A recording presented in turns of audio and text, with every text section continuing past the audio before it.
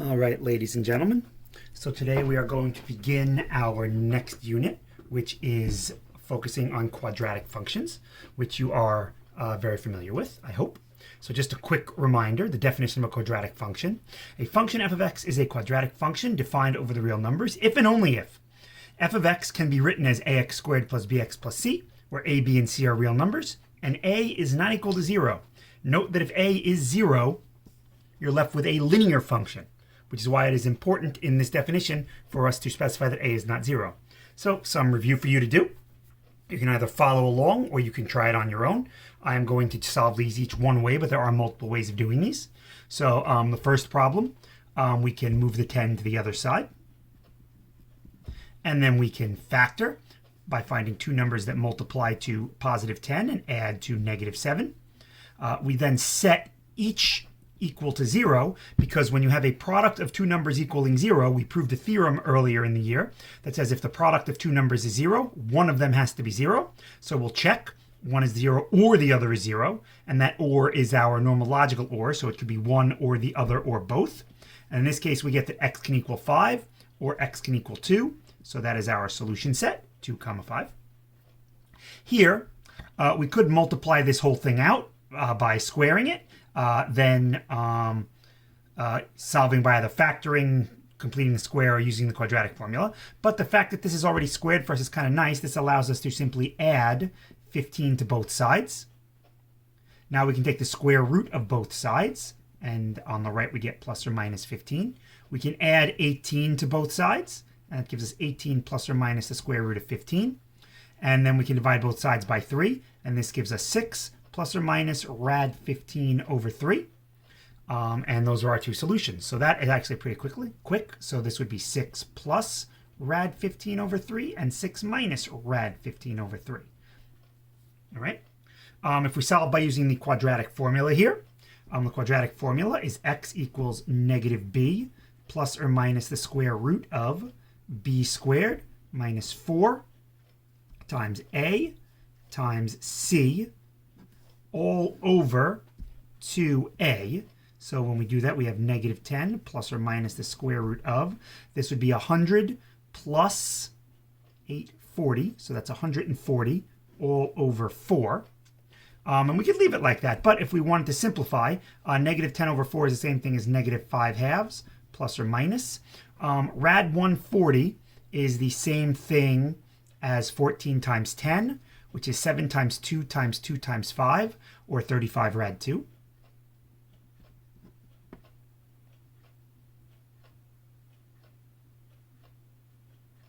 I'm sorry, not 35 rad 2. 2 rad 35. Sorry about that. And so then this does simplify a little bit. So we get negative 5 plus or minus rad 35 all over 2. And there are two solutions right there. Okay. If I solve this by completing the square, if you remember how to complete the square, first thing we have to do is we have to get the coefficient of the x squared equal to 1. So we'll divide everything by 2. If we divide everything by 2, we get x squared plus 5x minus 5 halves equals 0. Then we add the 5 halves over. X squared plus 5 half equal 5x equals 5 halves. Now, to complete the square, we take the b term, divide it by 2, square that, and add it to both sides. So 5 divided by 2 is 5 halves. 5 halves squared is 25 over 4. So I will add 25 over 4 to both sides. And when I add 25 over 4 to this, 5 over 2 is the same as 10 over 4, plus 25 over 4 is 35 over 4. All right, now this becomes x plus 5 halves squared. Notice when I completed the square, I can write that as a perfect square, equals 35 over 4. Now I can do what I did in question number 2 and take the square root of both sides, and we get x plus 5 halves equals plus or minus rad 35 over 2, because the square root of 4 is 2. And now I can subtract the 5 halves from both sides and get x equals negative 5 plus or minus rad 35 over 2, which is exactly what we got in problem number 3. Excuse me, and we'll talk a minute about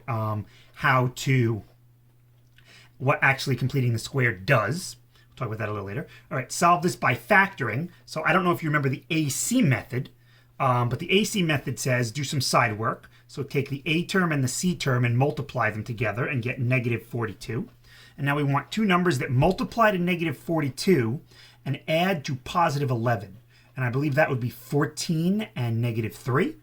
So we can break the positive 11 into positive 14 and minus 3. Note there's no magic here. I'm not turning the 6 into a 1 and the negative 7 into a 42 by doing some trick. Instead, we're just saying 11 can be rewritten as 14 minus 3. Now we'll factor by grouping. 6x squared plus 14x. I can factor a 2x out of there to get 3x plus 7. Out of here, I can factor out a negative 1. 3x plus 7 equals 0. And now note that this is really, excuse me, two terms. The first term is 2x times 3x plus 7. The second term is negative 1 times 3x plus 7. So they both have a 3x plus 7 in common, so I can factor that out. And when I do that, I'm left with 2x minus 1 equals 0. From there, I can set each of those equal to 0, as we discussed, because this is a situation where we have a theorem about that. And then here we get x is equal to negative 7 thirds, or x is equal to 1/2. So our solution set is negative 7 thirds and 1/2. All right, so that's a quick review of all the different methods of solving. And now that we have those, let's generalize, because that's what mathematicians do. We generalize. So we're going to generalize, and we are going to solve the general quadratic equation, ax squared plus bx plus c equals 0, by completing the square. So we have ax squared plus bx plus c equals 0. So the first thing we'll do is we'll divide both sides of this equation by a. So we'll have x squared plus b over ax plus c over a equals 0. And we can do that because a is not 0. That's important in our definition, so I can divide by a. Next, we'll move the ca to the other side by subtracting it. And now we'll complete the square. I divide b over a by 2. That's b over 2a. And then if I square that, that becomes b squared over 4a squared. So that's negative ca plus b squared over 4a squared. And the whole point of doing that on the left side is now this is x plus b over 2a squared. And then on the right, I can get a common denominator by multiplying this by 4a. So this would be minus 4ac over 4a squared plus b squared over 4a squared. So on the left, I have x plus b over 2a squared. And on the right, I will rearrange these terms to get b squared minus 4ac over 4a squared. And I hope that numerator looks familiar. We'll take the square root of both sides. X plus b over 2a equals, well, the square root of 4a squared is just 2a. And then the numerator would become plus or minus the square root of b squared minus 4ac. And now I will subtract b over 2a from both sides. And when I do that and I simplify, I get negative b plus or minus b squared minus 4ac all over 2a. And ladies and gentlemen, that is where the quadratic formula comes from completing the square. But the question is, why does completing the square work? I mean, the whole point of completing the square is to get the quadratic formula. Once I have the formula, I really don't have to complete the square anymore. We just derived the formula, which is nice. But why does this work? So let's look at what happens starting from right here. Because if I ever have any kind of situation where I have a coefficient of the x squared, I can just divide it out. So what is going on here? Well, I have an x squared. So here's what I'm going to do. I'm going to represent the x squared as an area. And since it's a perfect square, what better way to represent it as an area than as a square? So I hope you would agree that if I have a square with sides x and x, that the area would be x squared. Okay? And now what I'm going to do is I'm going to attach to this square a rectangle. And this rectangle is going to have a height of x, and I'm going to give it a width of b over 2a. So I hope you would agree then, if I do that, that the area of this rectangle is b over 2a times x. Now don't worry about why I did that. Just go with the fact that if I have a rectangle with sides b over 2a and x, the result is b over 2a times x. And what I can do is, since I have a square and the sides are the same, I can hang another rectangle like that off of the side here. And this would also be b over 2a x. So this would also be b over 2ax. And now note the current area that I have here is I have x squared, and I have two of these b over 2a times x's, or I have x squared plus b over a times x. The whole idea of getting it into this form, where our coefficient of x squared is 1, and we don't have a constant term, is so now we can try and figure out, well, what can I add to both sides? The whole point of doing this is to add something to both sides so that the left side becomes factorable into a perfect square. The whole reason this is called completing the square is because geometrically what we are doing, and I hope that your brains are kind of wanting to do this because you're looking at this picture and you're going, you know, I don't like the fact that there's this empty negative space here. What I really want to do is I want to draw in these lines and literally complete the square. That's what we're doing. We're completing the square. Well, what is the area of this thing? Well, we took our b over ax, we divided it by 2, because remember there were two pieces here. When I added them up, I got b over ax. So each one is b over 2ax, and we are squaring it. This is why, to complete the square, we take the coefficient of the x term, divide it by 2, because the coefficient of the x term represents the area of these combined two rectangles. By dividing that number by 2, I get the area of one of these rectangles, and in turn, since I've drawn these rectangles in such a way, the area of this rectangle, without the x, it's just the length of this one side. So when I square it, I wind up getting the area of this extra square that I am now completing. I'm putting in to complete the bigger square. Of course, I have to do it on both sides of the equation. But that's the whole idea behind completing the square. So if we go back to the original problem that I did that with, 2x squared plus 10x minus 5, when we got this into our quote-unquote nice form, it wound up being x squared plus 5x equals 5 halves. So here's what we did. We had our x squared, which was x and x. We had our 5x. So in order to get a total area of 5x between these two equal pieces, I need each one of these to have an area of 5 halves x. Since I know that one side of the rectangle is x, the other side has to be 5 halves. So to get the missing piece, I took the 5, divided it by 2, and squared it. To divide it by 2 gives me the 5 halves, and squaring it gives me exactly what I needed to add to both sides. So that's the idea behind completing the square. So I hope you appreciate that a little bit more about why that is. But we can keep going with this generalization. So we now have two solutions from part 6a. We have x equals negative b plus the square root of b squared minus 4ac over 2a, and we have x equals negative b minus the square root of b squared minus 4ac all over 2a. And 6b asks us to find the sum of the roots. So what is the sum? Well, the sum would just be negative b plus the square root of b squared minus 4ac over 2a plus negative b minus the square root of b squared minus 4ac over 2a.